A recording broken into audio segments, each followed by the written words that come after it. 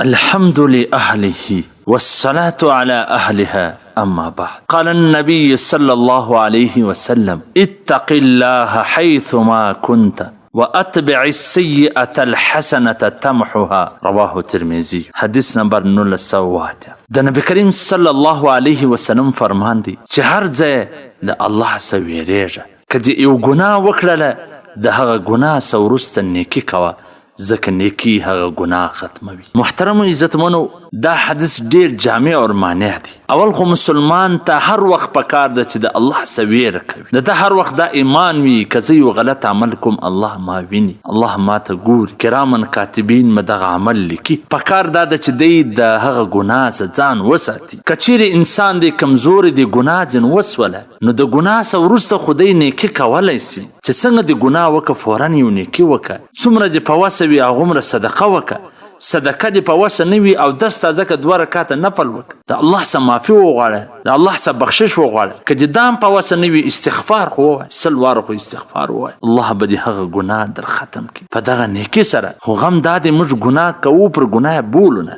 د ګناه څخه وروسته موږ د بلې ګناه په تلاش کې. دا خو مه شورو چې د هغه ګناه څخه وروسته یو نیکي وکړو هغه ګناه په ختم سي، بلکې د هغه ګناه څخه وروسته د بلې ګناه په تلاش کې په فکر یې پسې. عزتمنو، په دې حدیث باندې عمل وکړي، هر وخت د الله څخه ویره کوي. که چیرې انسان د کمزوري د ګناه د څه وسوه، فورا یو د نیکي کار کوه چې هغه ګناه په ختم سي. لیکن موږ عملنامې د ګناهو څخه ډکې کړي دي، د ګناه څخه وروسته نیکي نه بلکې د بلې ګناه په فکر کې. الله عزیز موږ پر حال باندې رحم وکړي. والسلام. قدرمنو اوریدونکو، تاسو د محترم الحاج مولوي عبدالرحمن صمیم صاحب و سهارنی نبوي حدیث ته غوږ واست.